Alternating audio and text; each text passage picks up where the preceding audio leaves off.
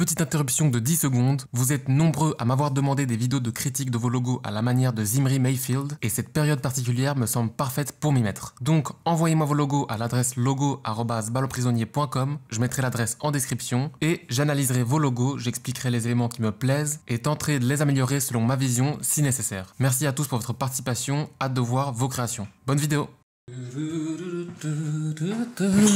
Yes, salut à tous, j'espère que vous allez bien et bienvenue dans cette nouvelle vidéo dans laquelle on va créer des logos pour Harry Potter. C'était lui qui avait remporté le plus de votes dans la vidéo précédente face à Mandalorian. Bon, j'avoue qu'il avait pas trop ses chances face à Harry Potter, donc pour me faire pardonner, dans la prochaine vidéo, je crée des logos pour Mandalorian. Parce que c'est vrai que l'univers est assez stylé aussi, je pense qu'il y a vraiment moyen bien trippé. Donc pas de vote dans cette vidéo, mais n'hésitez surtout pas à commenter des noms de personnages en commentaire, si possible des personnages que tout le monde va connaître, et comme ça j'organise un nouveau concours dans la prochaine vidéo. Voilà, c'est tout pour l'introduction et on peut maintenant commencer.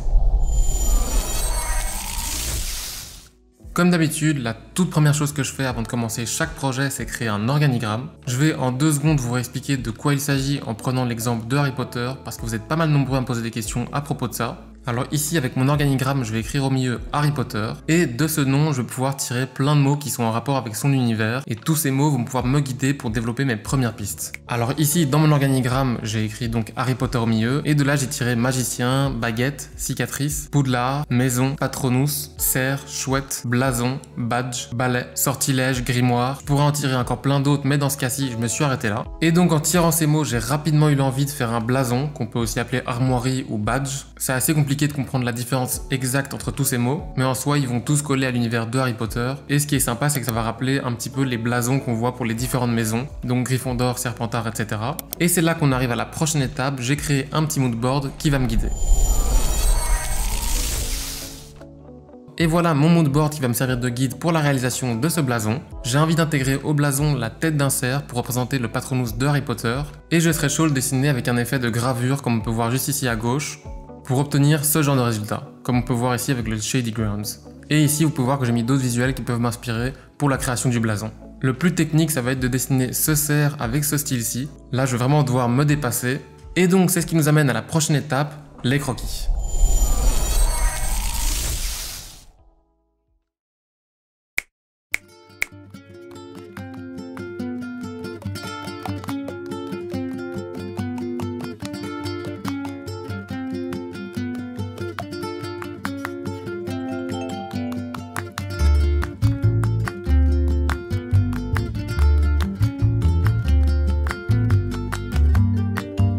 Les gars, je viens de finir le sketch et je l'ai rapidement retracé sur Photoshop pour qu'il soit un petit peu plus propre. Et maintenant, on va pouvoir passer sur Illustrator.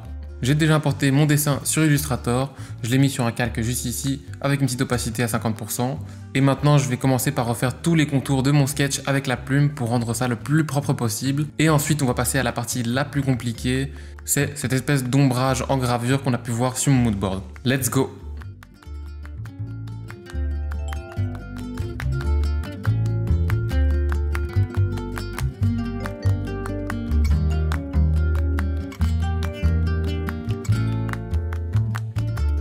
Je viens de terminer de vectoriser mon cerf et maintenant on va attaquer la tâche la plus compliquée. Je vous avoue que je sais même pas encore comment je vais faire, on va découvrir ça ensemble. Et j'ai importé sur Illustrator le dessin que j'avais mis sur mon moodboard, comme ça on va pouvoir l'observer pour comprendre un peu comment ça se fait. Quand on observe un petit peu le sketch, on peut voir qu'en fait c'est composé de plein de lignes parallèles, et ces lignes sont coupées à certains endroits pour créer de la lumière, et elles sont aussi plus fines et plus épaisses à certains moments, et c'est ce qui fait qu'on a ce bel effet d'ombrage. Donc à mon avis je dois travailler beaucoup avec des lignes parallèles. Bon, je vais tester un truc et on voit ce que ça donne.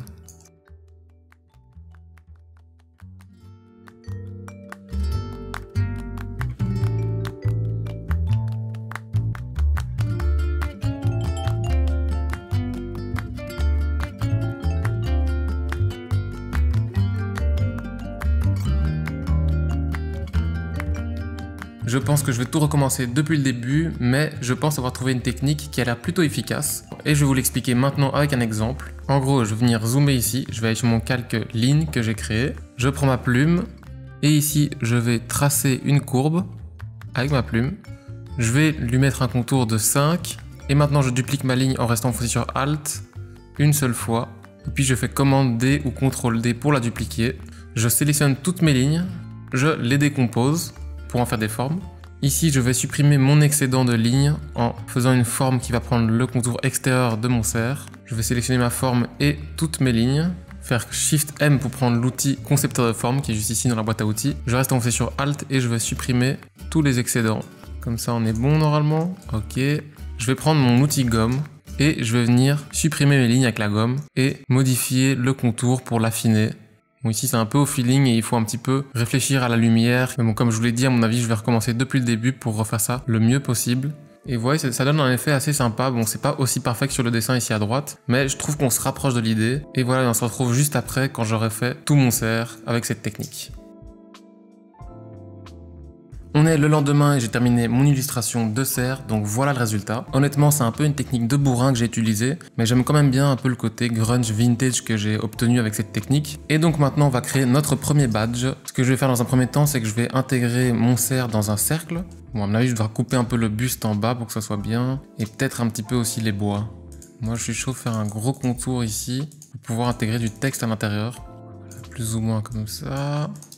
Ça me paraît bien. Je vais supprimer les excédents ici déjà. On va déjà intégrer aussi une petite couleur à notre cerf et je vais reprendre les couleurs de Gryffondor, comme ça on reste un peu dans l'univers. Voilà, donc je vais travailler avec ces colors ici. Je pense que ça peut être cool.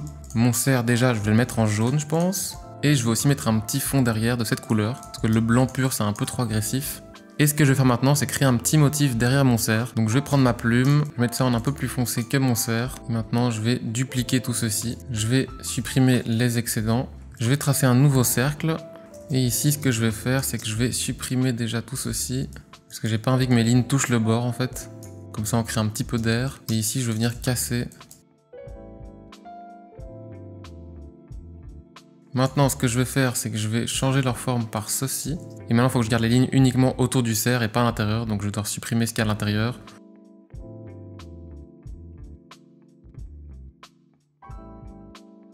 Et voilà pour mon fond. Par contre, c'est un peu trop foncé. Je vais baisser l'opacité à 50%. En fait, je pense que je vais carrément mettre ça aussi en jaune. Déjà, mon cercle, je vais changer sa couleur. Ok, j'aime bien avec le contour jaune. Et du coup, maintenant, on va intégrer notre texte. J'ai ces trois polices qui sont pas mal et que je pourrais utiliser. Et pour commencer, je vais utiliser celle-ci. Alors, pour intégrer sa typo au cercle, c'est super simple. Je vais prendre un cercle que je vais mettre ici au milieu. Voilà, comme ça, plus ou moins. Je vais enlever les contours, etc. Je vais venir le sélectionner. Je vais supprimer ce point d'ancrage. Et je prends mon outil texte. Je viens cliquer sur la ligne. Je vais écrire Harry Potter. Je vais augmenter la taille d'ailleurs. Ici, avec mon outil de sélection, je vais venir ramener cette barre ici au bout. Et je vais centrer mon texte. Et je vais venir cliquer sur cette typo. Je remets au milieu. Je vais plutôt mettre du blanc en fait. Hein. Ouais, ça va mieux contraster. Ça me paraît bien déjà. Bon, étant donné que Harry Potter travaille actuellement au ministère de la magie, je vais écrire Ministère of Magic.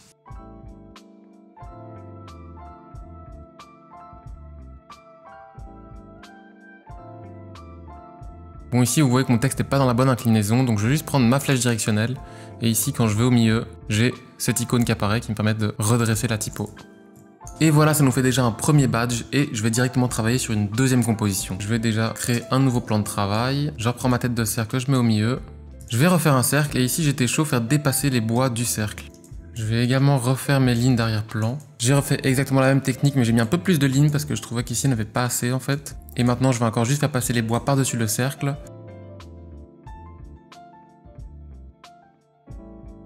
Et voilà, ça c'est un petit effet que j'aime bien.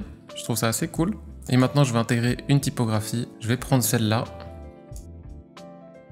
Ce qui est vraiment cool avec cette typographie, c'est que j'ai des super majuscules. Voilà pour le H. Et je vais aussi mettre une grande majuscule au R. Ça, c'est directement beaucoup plus classe. Je vais mettre en bordeaux. Ça commence à avoir de la gueule, ça. Ça, j'aime bien, ça contraste un peu dans une typographie qui est aussi un peu vintage. Maintenant, je vais encore un tout petit peu customiser ma typographie pour que ce soit encore plus vintage. Et ici, je vais rajouter des petites lignes dans les lettres.